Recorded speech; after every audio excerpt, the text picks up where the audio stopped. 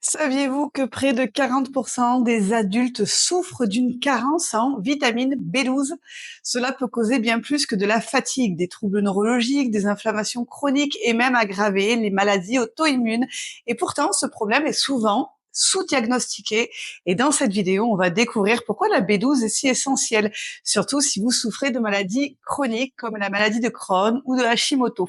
On parlera aussi du taux minimum idéal à avoir avec des tests sanguins à faire et un dosage précis selon vos besoins.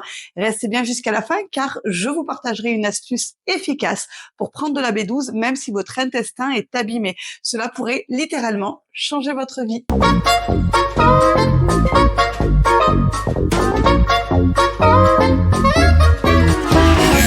Bonjour à tous, je suis Marlène, naturopathe fonctionnelle, praticienne en micronutrition. Je suis spécialisée dans la gestion de la fatigue chronique, du stress et des maladies auto-immunes. Sur cette chaîne, je vous aide à comprendre votre santé pour reprendre le contrôle grâce à des conseils simples basés sur la science. Abonnez-vous pour ne rien manquer.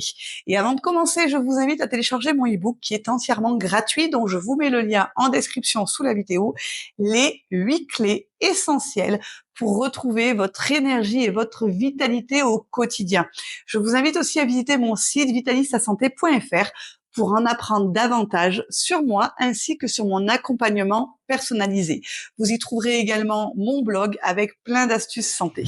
La vitamine B12, aussi appelée cobalamine, est une vitamine hydrosoluble qui est essentielle à plusieurs fonctions vitales. Déjà, elle soutient la production des globules rouges. Elle prévient l'anémie, ce qui vous protège de la fatigue chronique.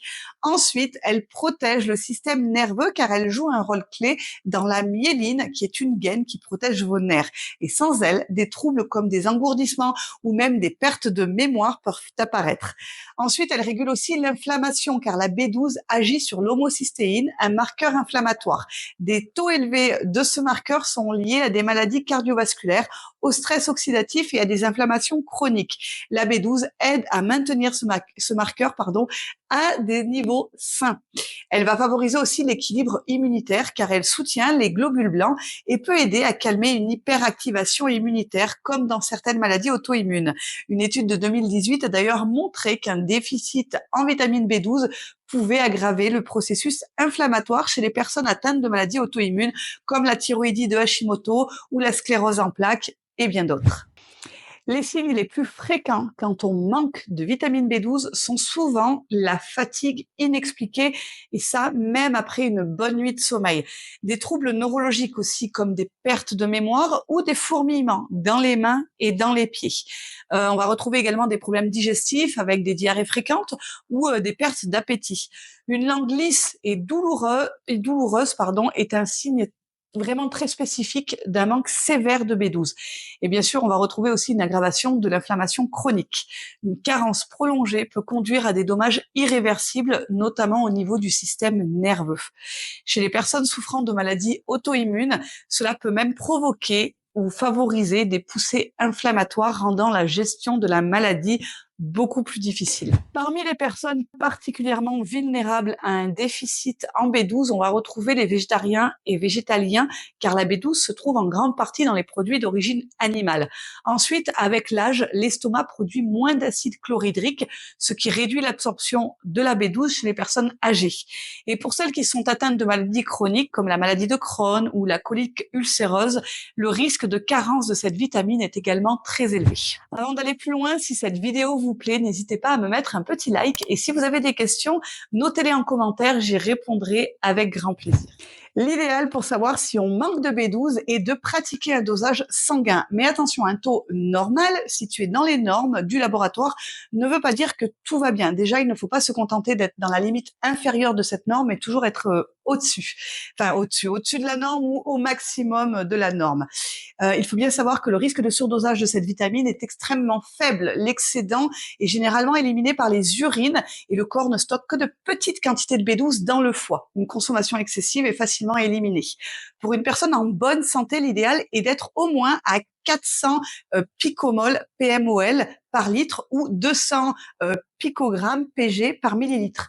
Pour une personne souffrant d'inflammation chronique ou des maladies auto-immunes, visez un taux beaucoup plus élevé, de 600 à 800 picomoles par litre, c'est-à-dire de 300 à 400 picogrammes par millilitre.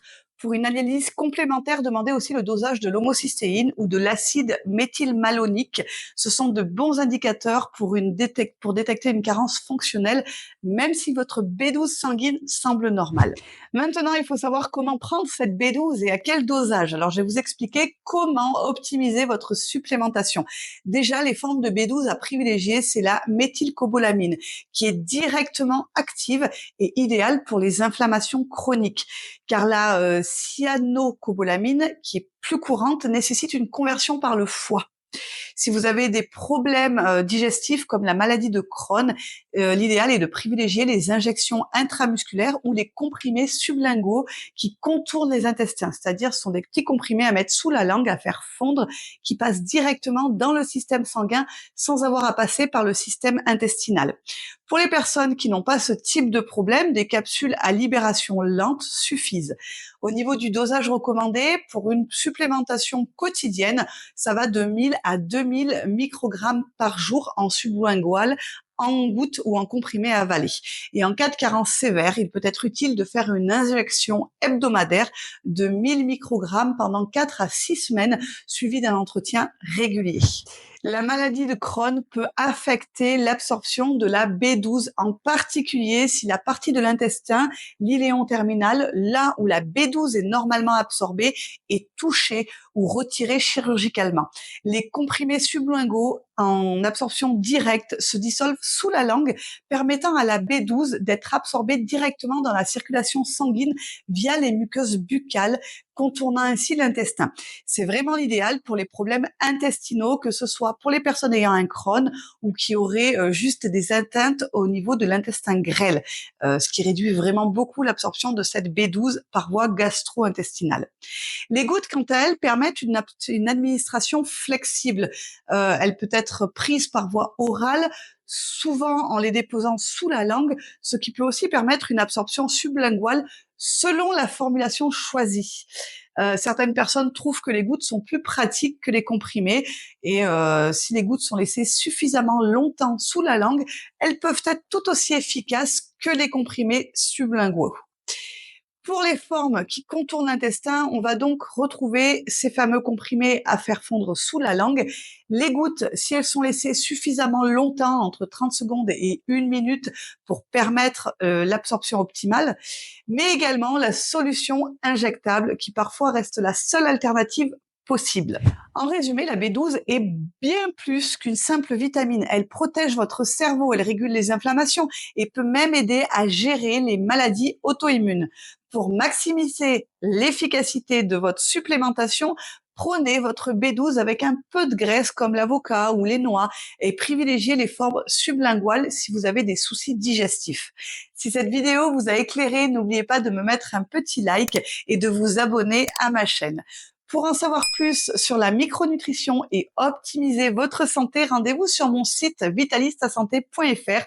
Vous y trouverez des guides détaillés et mon e-book gratuit pour booster votre énergie. Je vous dis à très bientôt pour de nouvelles vidéos. Prenez bien soin de vous.